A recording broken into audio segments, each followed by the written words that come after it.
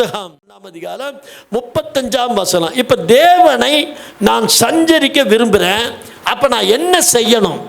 இதுதான் இந்த வசனம். மார்க் 1:35. அவர் அதிகாலையில் இருட்டோடே எழுந்து புறப்பட்டு வனாந்தரமான ஓரிடத்திற்கு போய் அங்கே ஜெபம் பண்ணினார். இப்ப என்ன பண்ணுங்க? 33 இருந்து படிங்க. மார்க் 1:33 முதல். பட்டணத்தார் எல்லாரும் வீட்டு வாசலுக்கு முன்பாக கூடி வந்தார்கள். பலவிதமான வியாதிகளினால் உபத்திரவப்பட்டிருந்த அநேகரை அவர் சொஸ்தமாக்கி அநேக பிசாசுகளையும் துரத்தி விட்டார்.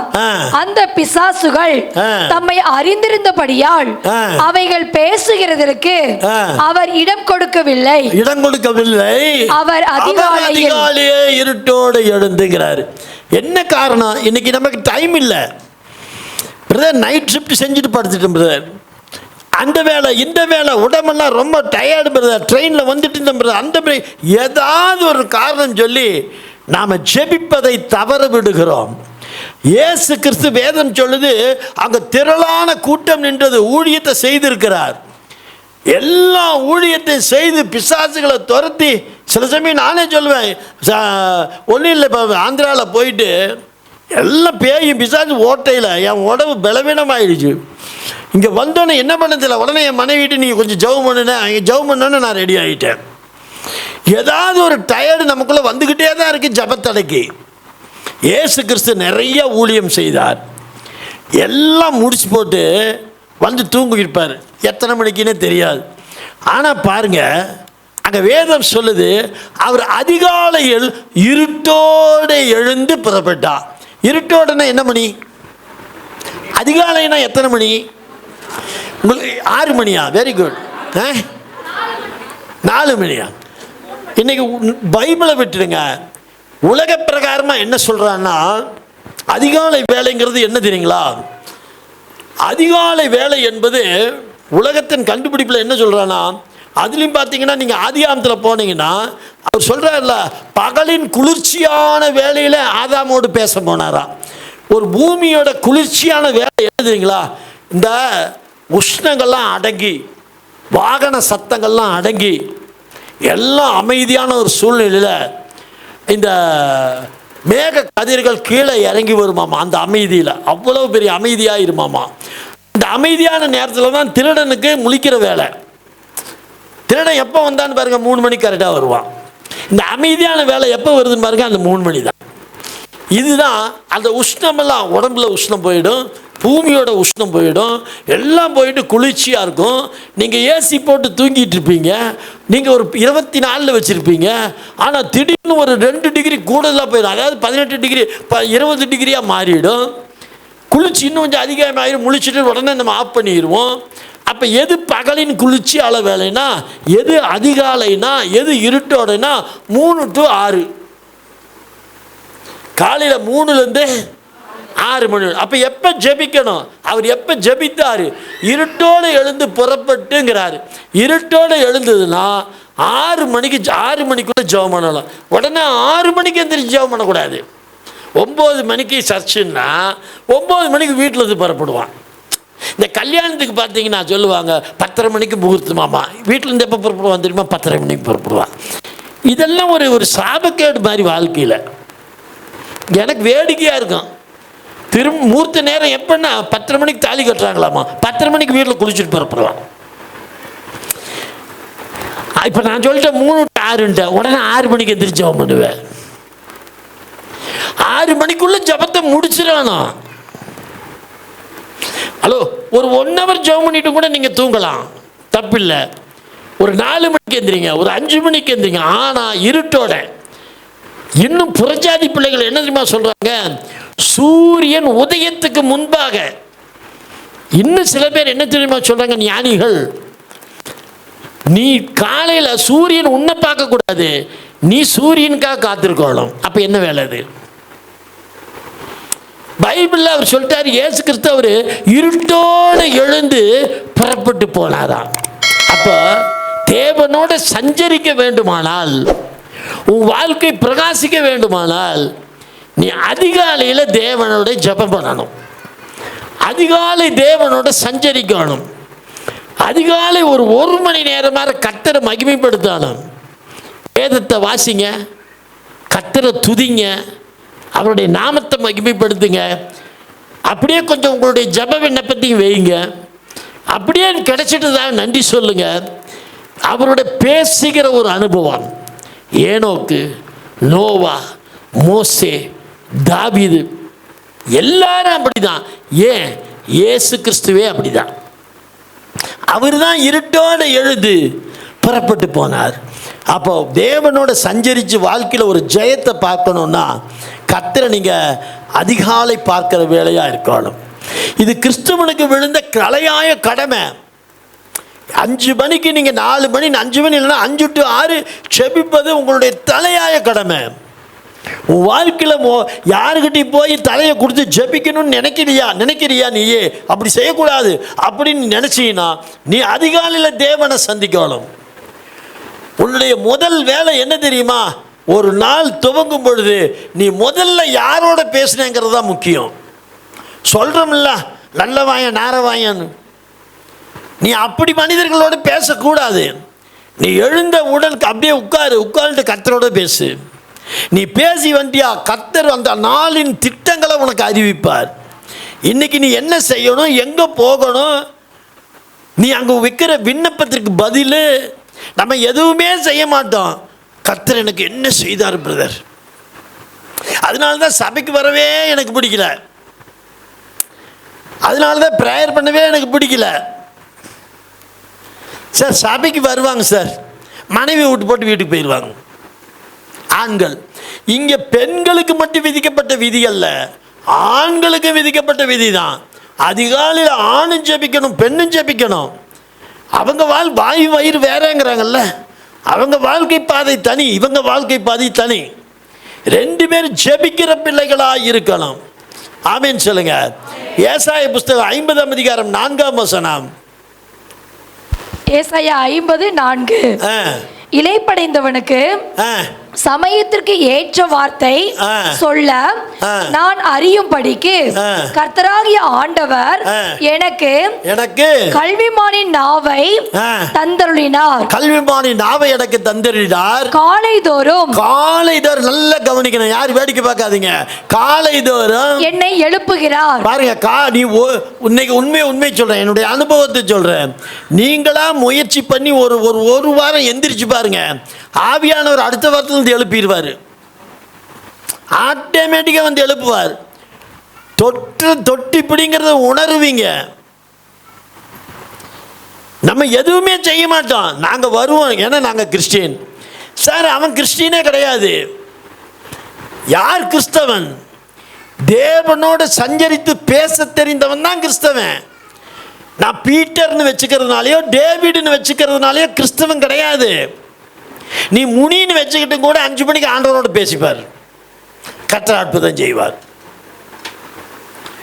உன் வாழ்க்கையோட திட்டங்களை சொல்லுகிற அந்த நாளுக்கான திட்டம், கடந்த நாளுக்கான பிளானு எல்லாத்தையும் கொடுக்குற தேவன். இன்னைக்கு உன்னை என்ன மனிதர் உன்னை வந்து சந்திக்கணும்னு பிளான் பண்ணுறவரே அவர் தான். நம்ம எதுவுமே செய்யலைன்னா எப்படி இந்த குடும்பத்தை நடத்துவோம், எப்படி இந்த உலகத்தில் வாழ முடியும்? அவர் சொல்றார் பாருங்க, இளைப்படைந்தவனுக்கு சமயத்துக்கு. உங்களுக்கு ஒன்று தெரியுமா? இயேசு கிறிஸ்து ஒரு அற்புதம் செஞ்சார். அவர் எப்படி தெரியுங்களா சார்? அவர் சமாரிய ஸ்திரியை பார்த்தாரு, அவகிட்ட இறக்கப்பட்டார். தண்ணி குடிப்பியான்னு கேட்டு ஆரம்பிச்சவர், உன் கணவன் என்ன எல்லாம் கேட்டு அவளை பெரிய ஆசீர்வாதத்துக்குள்ள இரக்கமுள்ள தேவன் கொண்டு வந்தார். அதுவே சபைக்குள்ள இருந்தாங்கல்ல, யார் 2 பேர்? பரிசேயர் சதிசேயர். இந்த பரிசேயரை கடித்து கொண்டார். நீங்கள் அதை போய் வேதத்தில் படிச்சீங்கன்னா தெரியும். அந்த அதிகாரம் பூராவுமே பரிசேயர்களை கண்டமானிக்கு திட்டார். நான் நேற்று அந்த ஃபுல் அதிகாரம் படிக்கும் பொழுது இப்படி திட்டி இருக்கிறாரு அப்படின்னு நல்லா திட்டி எறிஞ்சிட்டார். வெள்ளை அடிக்கப்பட்ட கல்லறைகளை, அதை இப்போ படித்தோம்னா நேரம் பத்தாது, அந்த அளவுக்கு அவங்கள திட்டியிருக்காரு. வசனம் பார்த்தீங்கன்னா மத்தேயு 23:13 முதல் 33 வீட்டில் போய் படிச்சு பாருங்க. பரிசேயரை கண்டமானிக்கு திட்டுறார். நீங்களும் வெள்ளை அடிக்கப்பட்ட கல்லறைகள் டைரக்டாக திட்டார். கடிந்து கொள்ளுகிறவர்களை கடிந்து கொண்டார், இரக்கப்படுகிறவர்களுக்கு இரக்கப்பட்டார். அதை விட தான் ஒருத்தன் வந்து சொல்கிறான், ஆண்டவரே என் வீட்டுக்கு நீ வர தகுதி இல்லாதவன், நூற்றுவ தலைவன் சொல்கிறான். அதுக்கு அவர் சொல்கிறாரு, இல்லை நான் உன் வீட்டுக்கு வரேன். ஆண்டவரே நீ வீட்டுக்கு வர தகுதி இல்லாதவன் நான், ஆனால் நீ ஒரு வார்த்தை சொல்லும் சுகமடைவான். அப்போ என்ன சொல்கிறாரு, பாராட்டுறாரு, இஸ்ரவேலருக்குள்ள உன்னை போல ஒருவனை நான் பார்த்தது இல்லைங்கிறார். ஸோ திட்ட இடத்துல திட்டாரு, இறக்கப்பட்ட இடத்துல இறக்கப்பட்டார், பாராட்டுற இடத்துல பாராட்டுறார். ஏன் தெரியுங்களா? அவருக்கு ஏன் அந்த ஞானம், ஏன் இவ்வளவு பெரிய ஞானம், ஏன் இப்படி அவர் இவ்வளவு பெரிய தீர்க்கதரிசி தினமும் அதிகாலை சஞ்சரித்து கொண்டிருந்தார். அவர் சொல்கிறார் பாருங்க, இந்த ஏசாயா 50 இது இயேசு கிறிஸ்துவின் அடையாளம், இது இயேசு கிறிஸ்துவை பற்றி சொல்லுகிற ஒரு வசனம். அவர் சொல்கிறாரு, இளைப்படைந்தவனுக்காமா, அது வருத்தப்பட்டு துக்கப்பட்டு பாரப்பட்டு இருக்கிறவனுக்காமா சமயத்துக்கு ஏற்ற வார்த்தையை சொல்ல. யாருக்கு என்ன சொல்லணுங்கிறத ஞானம் பெற்றவர் இயேசு கிறிஸ்து. சமயத்துக்கு ஏற்ற வார்த்தை சொல்ல நான் அறியும்படிக்கு, இயேசு கிறிஸ்து எப்படி ஊழியம் செய்யணும்னு அறியும்படிக்கு ஆண்டவர் எனக்கு என்ன தந்திருக்காரு? கல்விமானி நாவை. யார்கிட்ட எப்படி பேசணும், எப்படி நடந்துக்கணும், இன்னைக்கு நமக்கு தேவை. ஒரு நாளை எப்படி கழிக்கிறதுன்னு நமக்கு தேவை. எந்த மனிதனோட எப்படி பேசணும், எல்லா ஞானமும் வேணும். பேச தெரியாமல் போய் முட்டி மோதிக்க கூடாது. அவர் சொல்கிறாரு, நான் இளைப்படைந்தவனுக்கு ஏற்ற சமயத்துக்கு ஏற்ற வார்த்தையை நான் சொல்லும்படி, நான் அறியும்படிக்கு எனக்கு கல்விமானி நாவை கொடுத்தாரா. என்ன பேசினா சக்ஸஸ் ஆகும். இங்கிலீஷில் ப்ரெசன்ஸ் ஆஃப் த மைண்டுன்னு சொல்லுவாங்க. சமயத்துக்கு ஏற்ற வார்த்தை. அவர் சொல்ல பாருங்க, எனக்கு கல்விமானி நாவை தந்தருளினார். அப்புறம் சொல்றார் பாருங்க, எப்படி தெரியுமா தந்தாரு? காலை தோறும் என்னை எழுப்பினாராம். அதனால்தான் இருட்டோடு அவர் எழுப்புகிறார். கற்றுக்கொள்ளுகிறவனை போல, ஸ்கூல் பையன் ஆட்டா, நான் கேட்கும்படி என் செவியை கவனிக்க செய்கிறார். எல்லாமே அவரே செய்கிறார். உங்க கடமை ஒண்ணு, காலையில் எந்திரிச்சு உட்காரணும். அந்த எந்திரிக்கும் போது போர்வையை பார்த்துருவோம் பாரு, அதுதான் தப்பு. அந்த எந்திரிக்கும் போது தலைகாணியை பார்க்குற பாரு, அதுதான் தப்பு. இது ரெண்டும் ஒன்று அப்படி ஒரு சுண்டில் போட்டு இழுக்கும். கொஞ்ச நேரம் போத்தி படுக்கலாமா, இது ரெண்டு தான் இப்போ சத்துரு. தூக்கி எரிஞ்சு ஓட்டுட்டா. நீங்கள் ஒரு ப்ராக்டிஸ் பண்ணுங்கள். எந்திரிச்சிங்களா, எதையும் பார்க்க டபார்னு எந்திரிங்க, நேராக போங்க, மூஞ்சியை ஈரமாக்கிடுங்க. மூஞ்சி ஈரமாக்கிட்டால் முடிஞ்சு போச்சு. மூஞ்சியை ஈரமாக்கிட்டு காலை ஈரமாக்கிடுவாங்க. இது ரெண்டு பண்ணால் அந்த தூக்கம் போயிடும். நேராக வந்து அந்த இடத்துல உட்கார, ஒரு சேரில் போய் உட்காந்துட்டு ஒரு மணி நேரம் ஜெபம் பண்ணி போட்டு, ஒரு 4 மணியா 5 மணிக்கு நீ வந்து படுத்துட்டு அப்புறம் நீ எப்போ போல தூங்கி எழுந்திரிச்சு வேலைக்கு போ. இந்த காரியம் செஞ்சால் கர்த்தர் அனுதினத்தின் காரியங்களை சொல்கிறார். அனுதின திட்டங்களை உனக்கு தருகிறார். இயேசு கிறிஸ்துவோட வல்லமையாய் வாழ்ந்ததுக்கு இதுதான் காரணம். ஏனோக்காகட்டும், மோசேவாகட்டும், தாவீதாகட்டும். தாவீதும் அப்படிதான். அதிகாலை கர்த்தர் சமூகத்தில் போய் நிற்பானாமா. சாலமோனே சொல்றான், யார்கிட்டையும் பேச மாட்டாதாம்மா, கர்த்தரோடு நான் இடைப்படுவேன். எல்லாத்துக்கும் மேலே எனக்கு பிடிச்சது ஏனோக்கு. 300 வருஷம் சஞ்சரித்து கொண்டு இருந்தான். அப்போ எங்கேயும் போய் பணி செய்யலையா? செஞ்சானே. பவுலு எந்நேரமும் ஆண்டவரோடு பேசி கொண்டு இருந்தான். அப்போ வேலை செய்யலையா? கூரை மேய்ஞ்சானே சாப்பாட்டுக்கு. தாவீது ஆடு மாடு மேய்ச்சிட்டு வந்தானே, சகல அக்கௌண்ட் கொடுத்துடணும், ஒரு ஆடு குறையக்கூடாது, அத்தனையும் கொடுத்து போட்டு வந்து கைகளை உயர்த்தினான். நீ என்ன செஞ்ச? மொபைல் ஒரு நாள் மொபைல் ஆஃப் ஆகிட்டு நீ பைத்தியம் முடிச்சிருவ.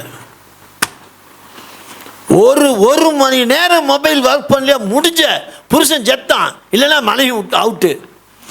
ஏன் என்னன்னு பாருங்க, ஏன்னு தெரியல. ஏன் தூக்கு, அதுக்கு ஒரு 500 ரூபா பெட்ரோல் செலவு பண்ணிட்டு ஓடு கடையா ஓடி போய் எப்போ சரி பண்ணிட்டோம். அவன் உள்ளம் பாருங்க எப்படி சந்தோஷம் பண்ணணும்.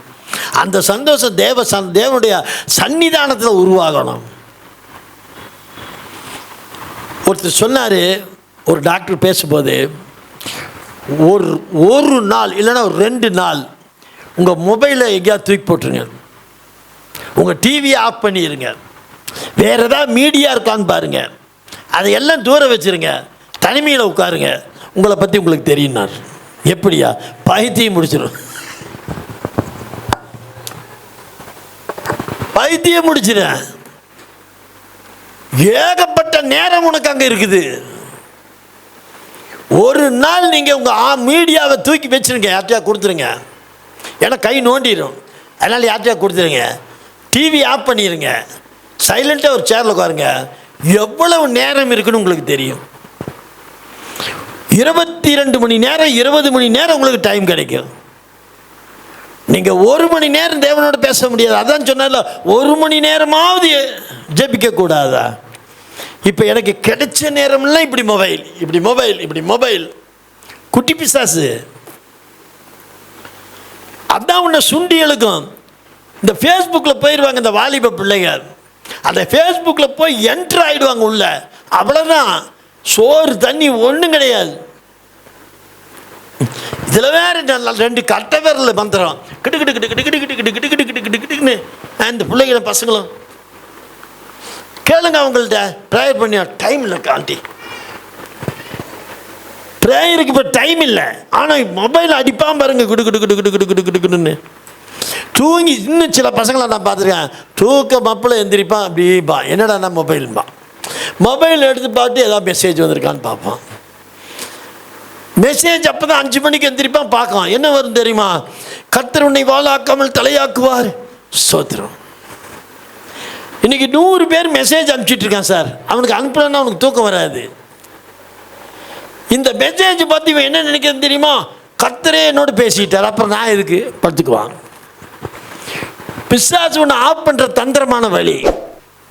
நீ மொபைலை பார்த்து தேவனுடைய வார்த்தையை தெரிஞ்சுக்கிறதுக்கு இல்லை, தேவனோடு நீ சஞ்சரிக்கணும்.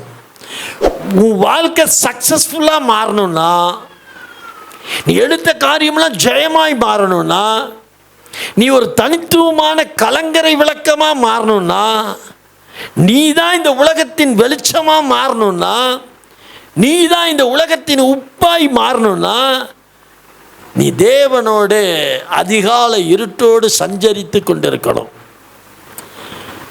கர்த்தரோடு பேசுகிற ஒரு அனுபவத்தை உனக்குள்ள உண்டாகணும். உனக்கு ஒரு ஆள் பஞ்சாயத்து பண்ண வர வேண்டியது அவசியமே இல்லை. ஒரு ஆள் உனக்கு ஆலோசனை கொடுக்க வேண்டிய அவசியமே கிடையாது. நீ 10 பேருக்கு பஞ்சாயத்து பண்ணுவ, நீ 10 பேருக்கு ஆலோசனை சொல்லுவ. ஆகவே அன்பு பிள்ளைகளுக்கு என்ன சொல்கிறேன்? உங்கள் கஷ்டம் நிரந்தரமே கிடையாது. ஆமேன்னு சொல்லுங்கள். உங்கள் தரித்திரம் நிரந்தரம் கிடையாது. உன் வியாதி நிரந்தரமே கிடையாது. நீ தேவனோடு சஞ்சரித்து பார், தேவனோடு பேசுகிற ஒரு அனுபவத்தை பார். கர்த்தர் உன்னை உயர்த்திவார். வெளிநாட்டில் நான் ஆண்டவரை தெரிஞ்சுக்கிட்டது நான் சவுதியில் தான். 1999 கடைசி டிசம்பரில் தான் கர்த்தர் வேதம்னா என்னென்னு ஆரம்பித்தேன். படிக்கிற அனுபவத்துக்குள்ளே போன பிறகு தான் தெரியுது, அது வந்து வெளியே வர முடியல என்னால். அதுக்கப்புறம் தொடர்ச்சியாக தேவதூதர்கள் அவங்க இவங்க, கடைசியில் கர்த்தர் பேச ஆரம்பித்தார். தேவன் அங்கேருந்து என்னை இங்கே மறுபடியும் இந்தியா கூட்டிகிட்டு வந்துட்டார். இங்கே கூட்டிகிட்டு வந்தாலும் நீ ஜெபிக்கிற வாழ்க்கைங்கிறாரு, நீ ஊழியம் செய்வேங்கிறாரு, அநேகருக்கு நீ ஆலோசனை சொல்லுங்கிறாரு. ஆனால் நமக்கு அதில் விருப்பம் இல்லை. நம்ம பொழப்பை பார்க்கவே முடியலன்னு நினச்சிட்டு இருந்தேன். ஆனால் ஒன்று மட்டும் உறுதி, அந்த டைமெல்லாம் பார்த்தா 4 மணிக்கு ஜெபத்துக்கு எந்திரிச்சிருவேன். நான் எந்திரிக்கிறனாலே எழுப்பி விட்டுருவார். உட்கார்ந்து 1 hour 1.5 மணி நேரமாவது பேசிட்டு படுப்பேன். ஒரு பேசுகிற அனுபவம், ஒரு நண்பன்கிட்ட பேசுகிற ஒரு அனுபவம். அந்த ஒரு அனுபவம் தான் அவர் என்னோட பேச ஆரம்பிச்சிட்டார். நான் உன்னை தெரிந்து கொண்டேன், நீ ஜனங்களோடு பேசு எல்லாம் சொல்லிட்டாரு. நான் எங்கே போவேன், யார்கிட்ட சொல்லுவேன்? எல்லாத்துக்கும் தெரியும் நான் ரோம கத்தோலிக்க சபையிலேருந்து வந்தவேன். யார் என்கிட்ட வருவா? அல்ல நான் தான் என்ன சொல்ல போகிறேன்? ஒன்றும் தெரியாது.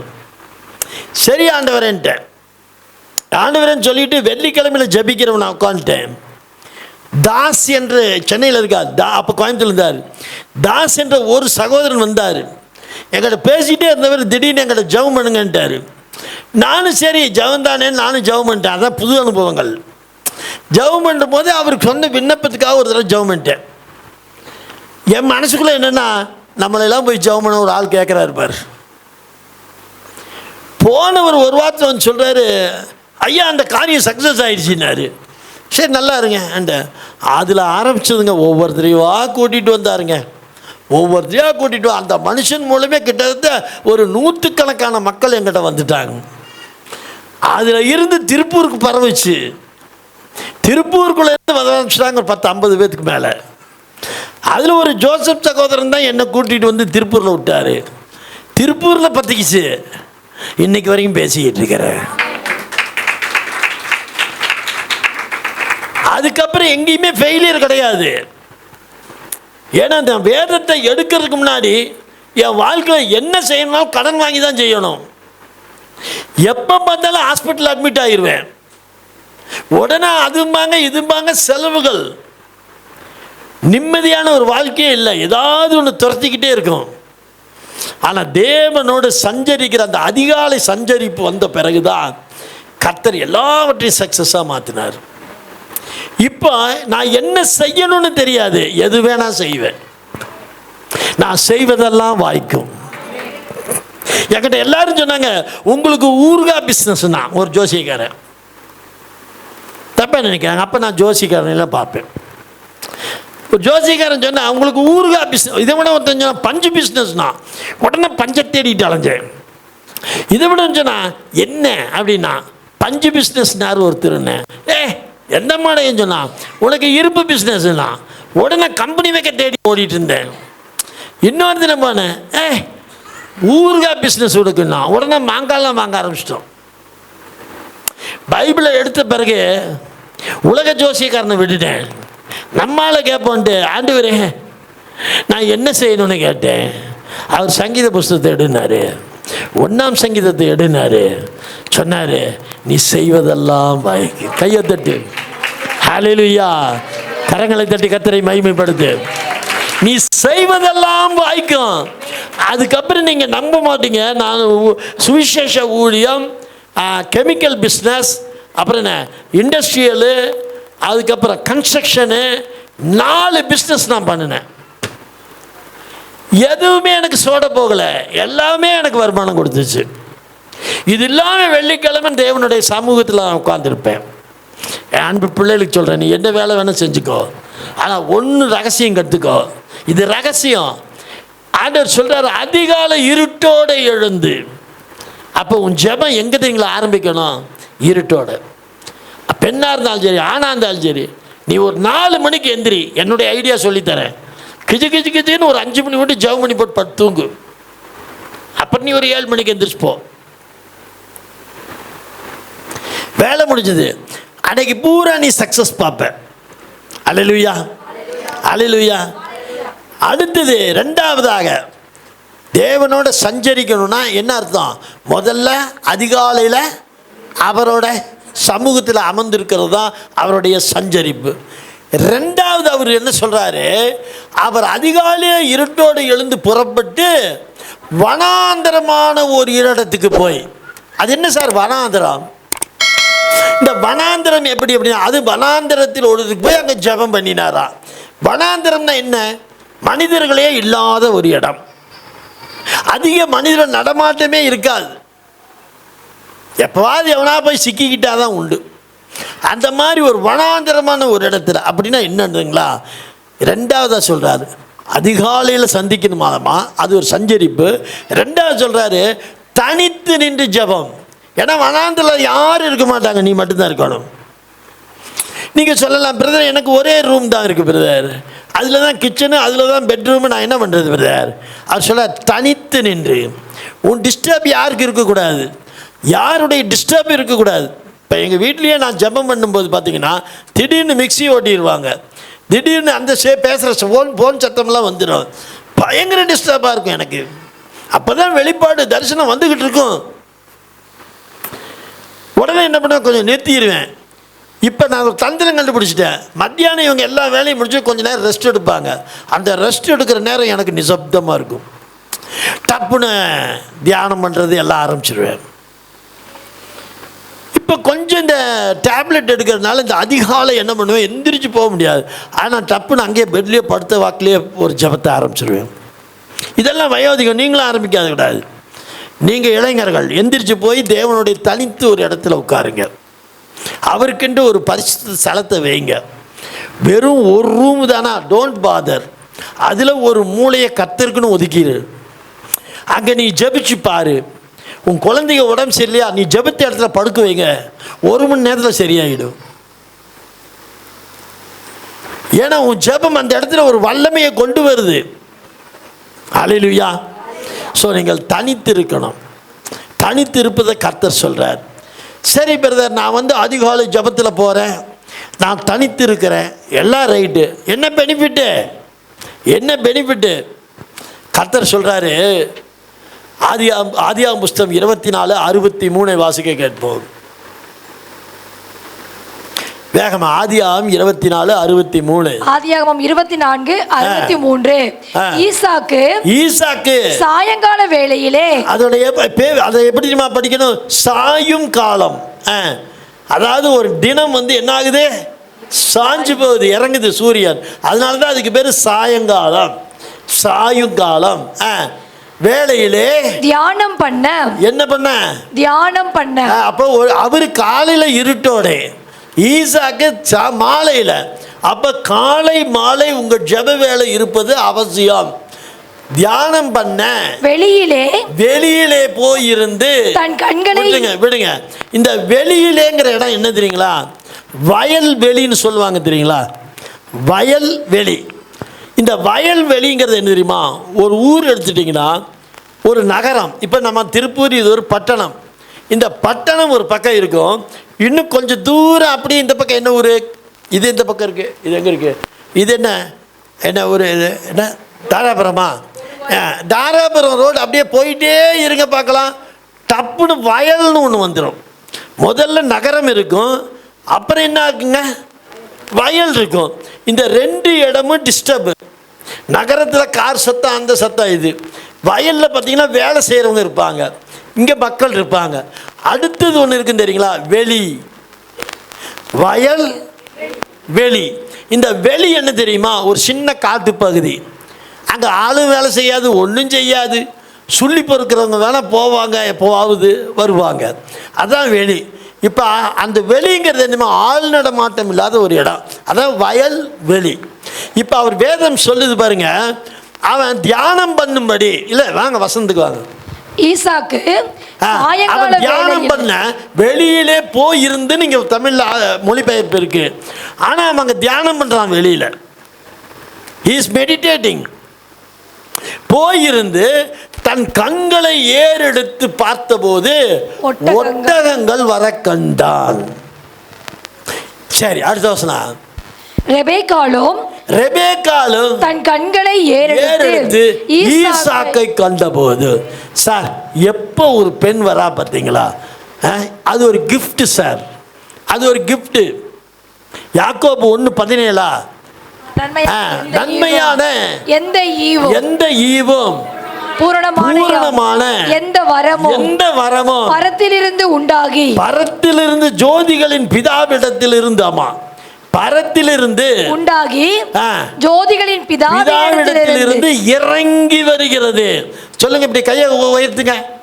ஜோதிகளின் பிதான்னு சொல்லுங்க. ஜோதிகளின் பிதா எனக்கு இறங்கி வருகிறது, எனக்கு இறங்கி வருகிறது. அப்ப எந்த ஒரு நன்மையும் நம்ம மேல இறங்கி தான் வருமாமா, பூமியிலிருந்து வராது, இறங்கி வருது. வேதம் தெளிவா சொல்லு, இறங்கி வருகிறது. அவரிடத்தில் யாதொரு மாறுதலும் இல்லை, யாதொரு வேற்றுமையின் நிழலும் இல்லை. அப்ப நன்மைங்கிறது எங்க வருது? இறங்கி வருது. ஒரு நன்மை மனிதனுக்கு எப்படி வருதாமா? அவன் தியானம் பண்ண போகிற போது, அதாவது தியானம் பண்ணுகையில் அவன் கண்களை ஏறெடுத்து பார்க்கும்போது ரெபேக்காள் என்ற ஒரு பெண் வருகிறார். இந்த ஒரு மனிதனுக்கு பலன் எப்போ ஆரம்பிக்குது தெரியுங்களா?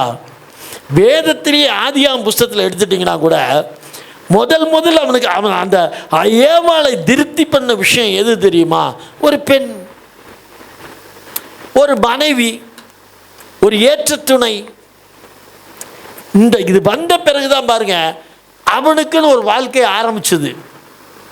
வேதமும் சொல்லுது, ஸ்திரீயானவர் மனைவியை கண்டடைகிறவன் நன்மையானவைகளை கண்டடைகிறான். ஆனால் பவுல் கொஞ்சம் அதிகமாக போய் சொல்றார், என்ன போல யாரும் திருமணம் பண்ணாமல் இருந்தால் நல்லது தான், ஆனால் உன் மன கட்டுப்பாடு இல்லைன்னா திருமணம் பண்ணிக்கோங்கிறான். உன்னால் கட்டுப்படுத்த தெரிஞ்சதுன்னா திருமணம் பண்ணாத, நல்லது. ஆனால் உன்னால் கட்டுப்படுத்த தெரியலன்னா திருமணம் பண்ணிக்கோ. மனைவி கிடைப்பது நன்மை. அப்போ ஒரு மனிதனுடைய வாழ்க்கையில் வேதம் சொல்லுது நன்மை. சில பேருக்கு பொண்ணு கிடைக்காமையே அழுவாங்க சார், 7 படிக்கட்டு ஏறி இறங்குவாங்க. பெண்களுக்கு ஒரு நற்செய்தி சொல்கிறேன், ஒரு குடும்பத்துக்குள்ளே நீங்கள் போனால் அது நன்மை. வேதம் சொல்லுது மனைவியானவள் நன்மையாமா. மனைவி நன்மை. ஆபிரகாமுக்கு சாராள் வந்தா, சாராளோட ஆகார் வந்தா. இந்த ஆகார் அலைந்து திரிஞ்சா பாருங்க, ஆனால் சாராள் இருந்த இடத்துல பிள்ளையை பற்றி எடுத்தா பாருங்க, அது வாக்குத்தத்தத்தின் பிள்ளை, அது மாம்சத்தின் பிள்ளை. உங்களுக்கு மனைவியானவள் நன்மையை கண்டடைகிறாள். உங்களுக்கு ஐஸ்வர்யம் செழிக்கணுமா? ஒரு ரகசியம் சொல்லித்தரேன். ஐஸ்வர்யம் பெருகணுமா? ஒரு ரகசியம். உனக்கு ஒரு செழிப்பு வாழ்க்கையில் வரணுமா? ஒரு ரகசியம். எந்த வீட்டில் ஒரு பெண்ணை அடிக்காமையும் துன்புறுத்தாமையும் அவன் வாழ்க்கையில் அவனோட சந்தோஷமாக ஒரு கணவன் வாழ்கிறானோ அந்த வாழ்க்கையில் செழிப்பு தன்னால் வந்துடும். இது ரகசியம் ஐயா. எங்கேயாவது மனைவி அடித்து உதச்சி துன்புறுத்தின ஒரு வீட்டுக்குள்ளே ஒரு கணவனோட குடும்பத்துக்குள்ளே நீங்கள் போய் பாருங்க, அந்த குடும்பம் தரித்திரத்தோடு இருக்கும். ஏன்னா கர்த்தர் நன்மையானவனை அவன் கேரெடுத்து பார்க்கும்போது ரெபேக்கா வரா. எப்போ? தியானம் பண்ணும் பொழுது. உங்கள் வீட்டு மனைவியை கண்டடைகிறவன் நன்மையை கண்டடைகிறானாமா. வாதத்தை ஏற்றுக்கொள்ளுங்க. அப்போ தியானம், அதிகாலை ஜபம், சஞ்சரித்தல் உனக்கு என்னத்தை கொண்டு வருது தெரியுமா? உன் மனைவி மூலம் ஒரு நன்மை வீட்டுக்குள்ளே வருது. ஏதோ ஒரு ஸ்திரீன்னு நினைக்காத. ஏவாள் சோர்ந்து போய் உட்கார்ந்தான் ஆதாம், தேவன் ஏவாளை கொடுத்து பலப்படுத்தினார். என்ன நினைக்கிறீங்க? இன்னைக்கு சாலமோன் ஒரு உருவாகிறதுக்கு ஒரு மனைவி மூலம் தான் உருவாச்சு. அந்த தாவீது வழியாக தான் இயேசு கிறிஸ்து பிறந்தார். மணியால் யோசேப்புடைய மனைவி, யோசேப்பு நன்மையானவைகளை கண்டான். கர்த்தர் நன்மைகளை கொண்டு வருகிறார். ஹல்லேலூயா, ஹல்லேலூயா. ஆகவே உங்கள் குடும்பம் நீங்கள் தியானம் இருக்கும் பொழுது பார்த்தீங்கன்னா கர்த்தர் உங்களுக்கு நன்மையானவைகளை செய்வார். சங்கீதம் 37:5 படிங்க வேகமா, டைம் ஆச்சு.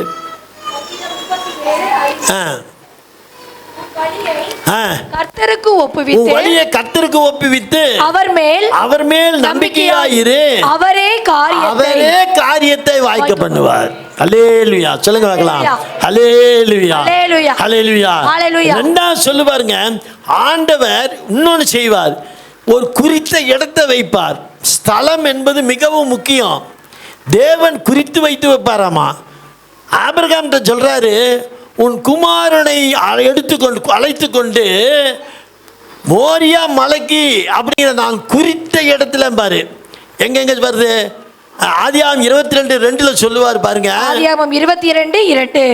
அப்பொழுது அவர் உன் புத்திரனும் உன் ஏகசுதனும் உன் நேச குமாரனுமாகிய ஈசாக்கை அழைத்து கொண்டு மோரியா தேசத்துக்கு போய் அங்கே நான் உனக்கு குறிக்கும் மலைகள், ஒரு இடம் குறிப்பாரு.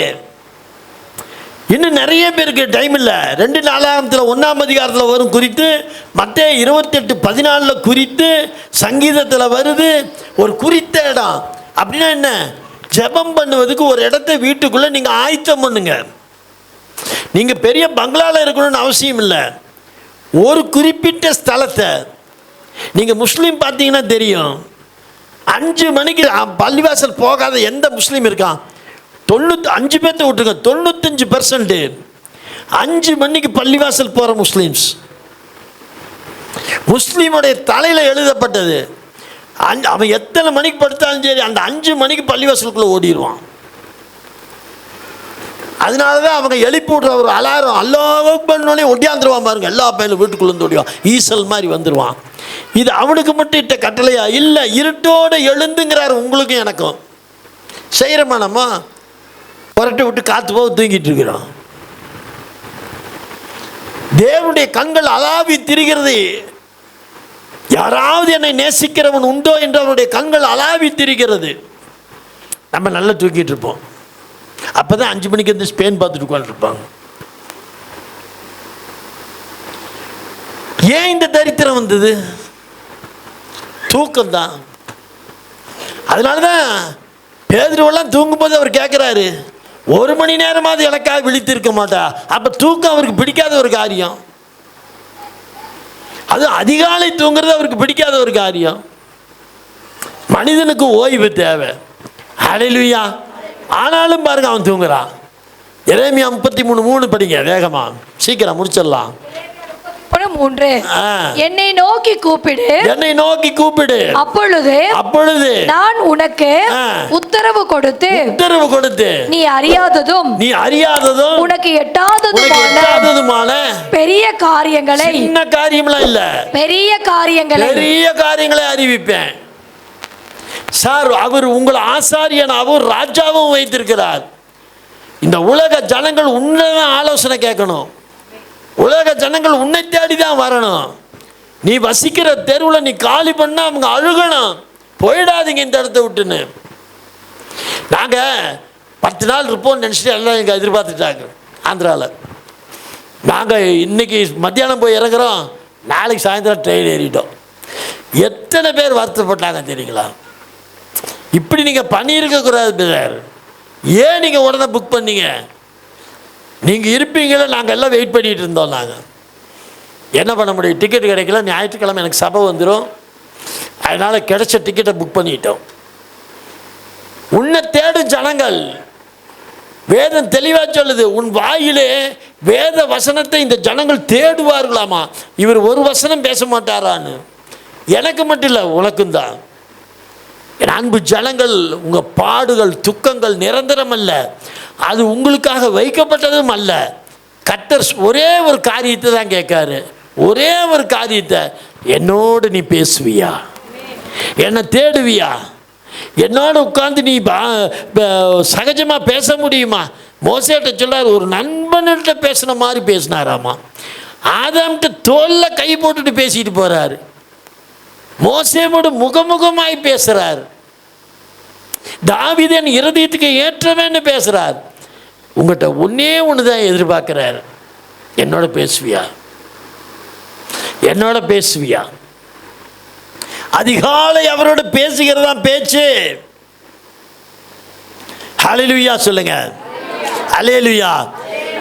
சங்கீதம் 128:3 வேகமா வாசிக்க பார்க்கலாம். உன் மனைவி உன் வீட்டின் ஓரங்களிலே கனிதரும் திராட்சை கொடியை போலப்பா. என்ன நன்மை தெரியுமா உன் வாழ்க்கையில? உன் மனைவி தான் முதல் நன்மை. என்ன தெரியுங்களா? அப்புறம் தாங்க வீடு பங்களா கார் எல்லாம். ஒரு மனுஷனுடைய வாழ்க்கையில முதல் நன்மை என்ன சொல்லுங்க? மனைவி. கல்யாணத்துக்கு அப்புறம் தாங்க நீங்க எல்லாம் எதிர்பார்க்குறீங்க. கல்யாணம் மட்டும் எதிர்பார்க்கல. வாலிப மிடுக்கு எங்கெங்கேயோ போகிறோம் வரோம். ஆனால் கல்யாணத்தை முடித்த பிறகு தான் நீ வீடு வாங்குற, கார் வாங்குற, சொத்து வாங்குற, சுகம் வாங்குற, பிள்ளை பெற்றுக்கிற. அப்போ ஒரு மனுஷனுடைய முதல் நன்மை என்ன? மனைவி. வேதம் தெளிவாக சொல்லுது, உன் மனைவி உன் வீட்டின் ஓரங்களில் கனிதரும் திராட்சை கனிதராலாமா. என்ன கனி?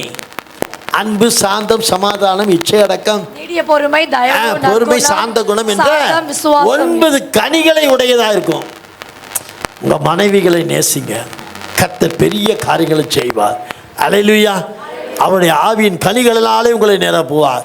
உங்களுக்குள்ளே இருக்க கோபம், பொறாமைகள் எல்லாம் விலகட்டும். அல்லேலூயா.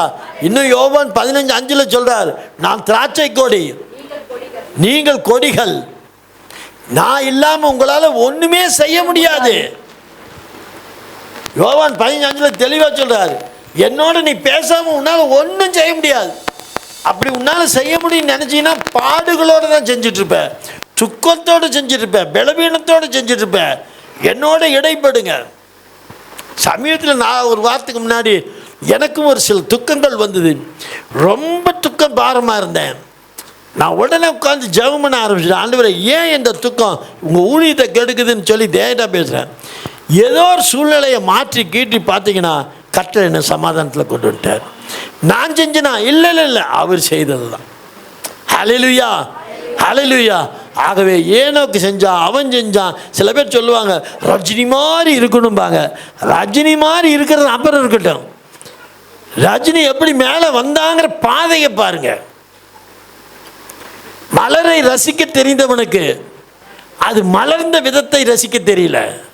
அது எத்தனை பேத்துக்கு தப்பிச்சு, காற்றுக்கு மலைக்கு எல்லாம் தப்பிச்சு கிச்சு டபக்குங்குது. நீ ஒரே ஒரு கிள்ளி தலையில் வச்சுட்டு போயிடுற.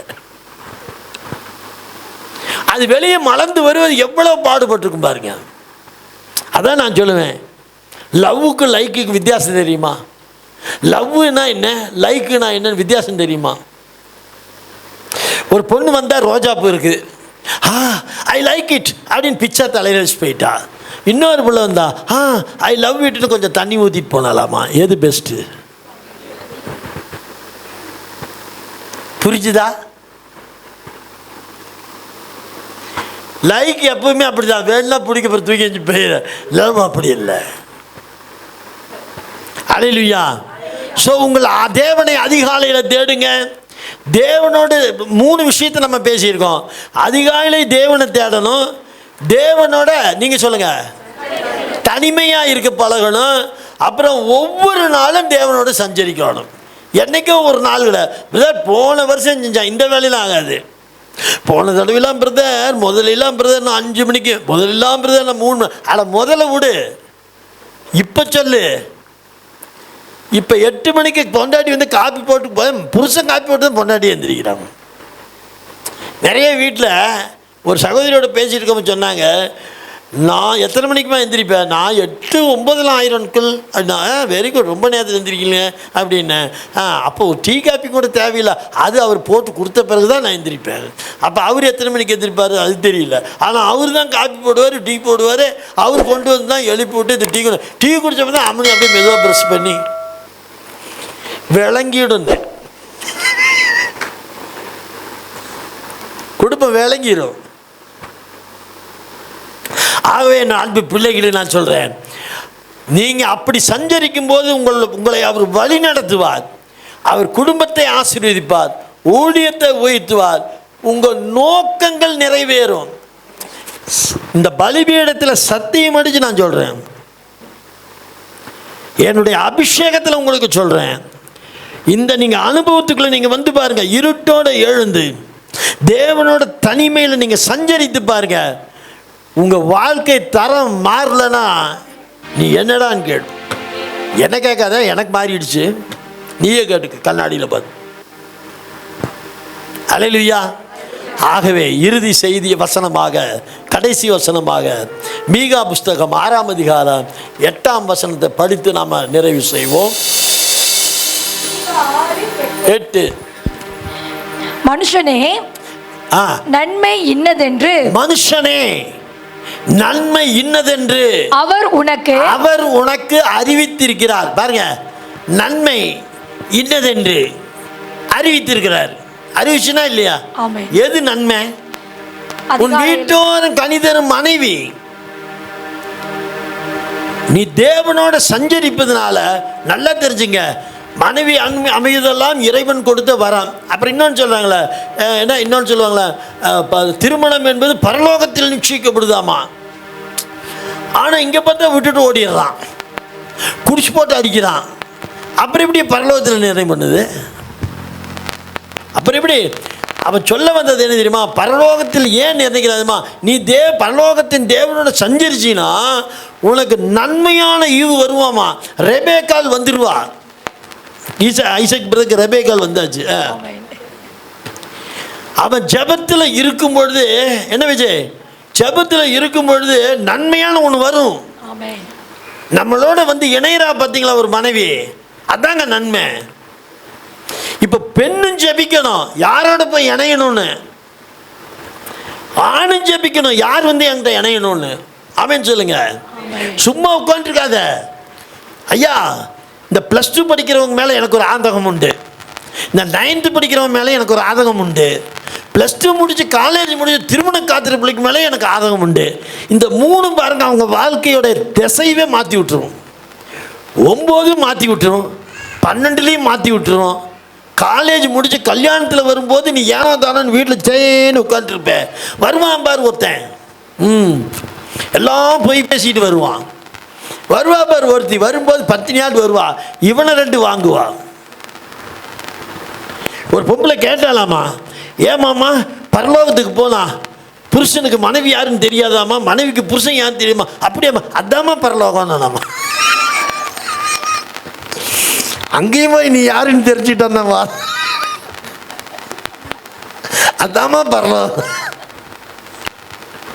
என்ன மனைவி அமைவதெல்லாம் இறைவன் கொடுத்த, இதெல்லாம் எதுக்கு சொல்லி வச்சாங்க? என் அன்பு பிள்ளைகள், திருமணத்துக்கு காத்திருக்கிற பிள்ளைகளுக்காக நான் சொல்கிறேன், படிப்புக்காக, வேலைக்காக, யாராக இருந்தாலும் சரி, பெற்றோர்களுக்கு நான் சொல்கிறேன், நீங்கள் அதிகாலை தேவனோட சஞ்சரித்து தனிமையில் சஞ்சரிக்கிற பழக்கத்தை உருவாக்குங்க. முதல் நன்மை ஒரு பையனுடைய ஒரு பெண்ணுடைய வாழ்க்கையின் முதல் நன்மை என்ன தெரியுமா? திருமணம். என்ன கோகிலா ஸ்டார் பிள்ளை பேர் என்ன? கீர்த்திகா வாழ்க்கையில் நாளைக்கு சாப்பாட்டுக்கு கீர்த்திகா யோசிச்சிருக்குமா? நாளைக்கு வர்ற நோம்பிக்கு துணி வேணும்னு கீர்த்திகா யோசிச்சிருக்குமா? அல்லது கீர்த்திகா இப்போ எதாவது கேட்டால் நம்மளால் வாங்கி தர முடியுமா? எதுவுமே இல்லை. இப்போ டம்மி லைஃபு. ஆனால் திருமணம் ஆனவனை நம்ம வீடு கட்டுவோமா, கார் வாங்குவோமா, பங்களா வாங்குவோமா? ஏன் விஜய் எல்லாம் இனி யார் இருக்கா திருமணத்துக்கு? எல்லாம் திருமணம் ஆகிட்டாங்க. Very good. ஏன் கேட்குறீங்க பிரதருங்கிறீங்களா? ஒரு மனைவி கணவன்கிட்ட போய் சொன்னாலா, ஏமாம்மா ஒரு மனைவி உள்ளே வர்றதுக்கு இல்லை பேய் ஓடுறதுக்கு இந்த கையெல்லாமே கயிறு கட்டியிருக்காங்க நிறையா பேர். அப்போ பேய் வர்றதுக்கு என்ன மாமா பண்ணுறதுனா தாலியை கட்டுனானாமா. இப்படி தான் என் வாழ்க்கை இருக்கு. என் அன்பு பிள்ளைகளுக்கு சொல்கிறேன், கிருத்திகாக்கும் சரி, விஜய்க்கும் சரி, இன்னும் யாரெல்லாம் இருக்கா என் கண்ணுக்கு படவே இல்லை. நீங்களாம் படித்து முடிக்கணும், உடனே என் தலைப்பிடியும் கூடாது, எல்லாம் படித்து முடிங்க. முடிச்சுட்டு நீங்கள் என்ன பண்ணுங்கள், ஒன்று செய்யுங்க, அதிகாலை கர்த்தர் சமூகத்தில் அமருங்க, அதிகாலை கர்த்தருடைய வேதத்தை எடுத்து படிங்க. நீ ஒப்பு கூட, ஆண்டவரே எனக்கு இந்த பையன் வேணும் அந்த பையன் கேட்கல, இந்த பொண்ணு வேணும் அந்த பொண்ணு வேணும்னு எங்கள் அம்மா பேச்சோ அப்பா பேச்சோ நான் விரும்பியோ எதுவும் எனக்கு வேண்டாம், உங்கள் விருப்பம் என்னவோ எனக்கு தாங்கையான்னு சொல்லு. முதல் நன்மை. எல்லாம் வாயில் சொல்லுங்கள், முதல் நன்மை. அந்த முதல் நன்மை என்கிட்ட வந்துருச்சுன்னா என் வாழ்க்கை பூரா ஆசீர்வாதம். இதை நாமளா எதையுமே எதிர்பார்க்காம யாரோ கொண்டு வந்தாங்க, சந்தித்த வேலை சிந்திக்கவில்லை தந்து விட்டேன் என்னை அப்படின்னு பேர் மாட்டிக்கிட்டேன்னு அர்த்தம். அந்த ஐயர் சொல்லுவான் பாருங்க, கல்யாணத்தில் சீக்கிரம் பொண்ணை கூட்டிகிட்டு வாங்க, சீக்கிரம் பையனை கூட்டிகிட்டு வாங்க, நல்ல நேரம் போகுது நல்ல நேரம் போகுதும்பா.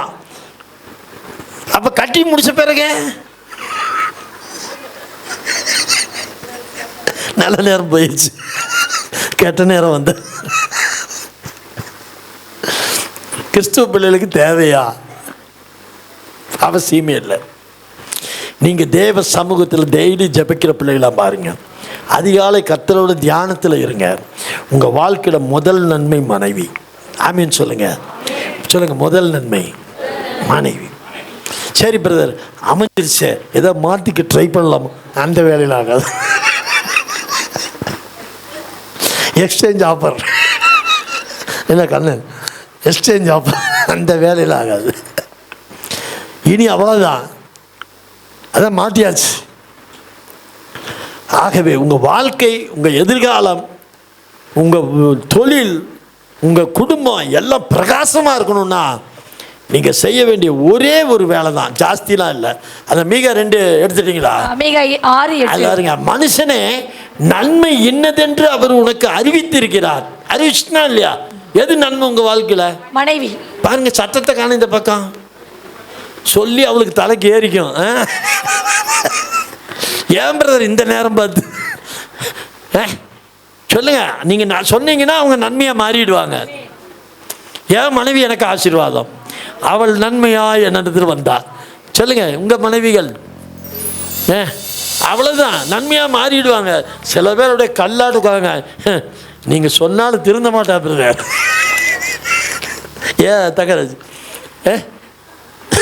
தங்கராஜ் சிரிப்பே தாங்க எல்லாம் திருந்துற ஜென்மம் இல்லை. இத்தனை பேச்சு எதுக்கு? உட்காந்து மனைவியானவள் நன்மையானவளாய் பெற்றுக்கொள்ள ஆசீர்வதிங்க. புரிஞ்சுதா? அதை தான் அவர் சொல்றார். நன்மை என்னதென்று அவனுக்கு ஒரு என்ன சொல்றாருன்னு வச்சுக்குவேன். நியாயம் செய்து இரக்கத்தை சிநேகித்து உன் தேவனுக்கு முன்பாக மனத்தாழ்மையாய் நடப்பதை அல்லாமல் வேற எண்ணத்தை கர்த்தர் உன்னிடத்தில் கேட்கிறார். எல்லாரும் படிக்க இந்த வசனத்தை. மனுஷனே, நன்மை இன்னதென்று அவர் உனக்கு அறிவித்திருக்கிறார். நியாயம் செய்து இரக்கத்தை சிநேகித்து உன் தேவனுக்கு முன்பாக மனத்தாழ்மையாய் நடப்பதை அல்லாமல் வேறே எண்ணத்தை கர்த்தர் உன்னிடத்தில் கேட்கிறார். ஒண்ணுமே உங்கள்கிட்ட கேட்கல. ஒன்னே ஒன்று கேட்காரு. அதிகாலை என்னோட பேசுவியா? அதிகாலை என்னோட பேசுவியா? அப்படியே எல்லாம் எழுந்து நிற்போம். நீங்க அங்கீகரித்தவர்களாக உங்க கண்களை மூடிச்சோம் பண்ணுங்க. ஆண்டவரே, எனக்கு அந்த பலனை கொடுங்கப்பா. அந்த அதிகாலை எழுந்து உம்மோடு பேசுகிற ஒரு பலன் எனக்கு உண்டாகட்டும் ஆண்டவரே. கனநித்திரை என்னை அமிழ்த்துகிறது ராஜா. ஆனா அதிகாலை உம்மோடு பேசுகிற ஒரு பலன் கேளு. ரிபாலா கரபா ஷகதி மனம கரபா சங்கல் பியாந்துரமனா. அந்த அதிகாலை உம்மோடு பேசுகிற பலன், அந்த ஒரு பேச்சு போதும், உன் வாழ்க்கையே மாறி போயிடும். அனுதினம் திட்டங்களை உனக்கு தருகிறவர், அனுதினம் உன்னுடைய வேலைகளை நிர்ணயிக்கிறவர். முதல் ஒரு தினம் உருவாகும் பொழுது முதல் நீ பேசுகிற 1 மணி நேரம் பேசுகிற ஒரு மனிதர் உண்டுனா அது தேவன் தான். அவரோடு பேசுகிற ஒரு அனுபவத்தை கொண்டு வா. நீ எதுக்காகவும் அலைய மாட்ட, நீ எதுக்காகவும் தெரிய மாட்ட. ஆகார் அலைந்து திரிந்தாள், பிள்ளையை பெற்றாள். சாராள் இருந்த இடத்துல பிள்ளையை பெற்றாள். ஏன்? இது வாக்குத்தத்தத்தின் பிள்ளை, அது மாம்சத்தின் பிள்ளை. நீ மாம்ச சிந்தையில வாழ்ந்தீனா நீ அலைந்து திரிவ. உன் மாம்ச பலத்தில் நீ சிந்தித்தீனா அலைந்து திரிவ. நீ எல்லாம் நினைச்சிட்டு இருக்க, எனக்கு படிப்பு இருக்கு, அறிவு இருக்கு, நான் I am a talented guy, என்னென்னமோ சொல்லிட்டு நீ திரியிற.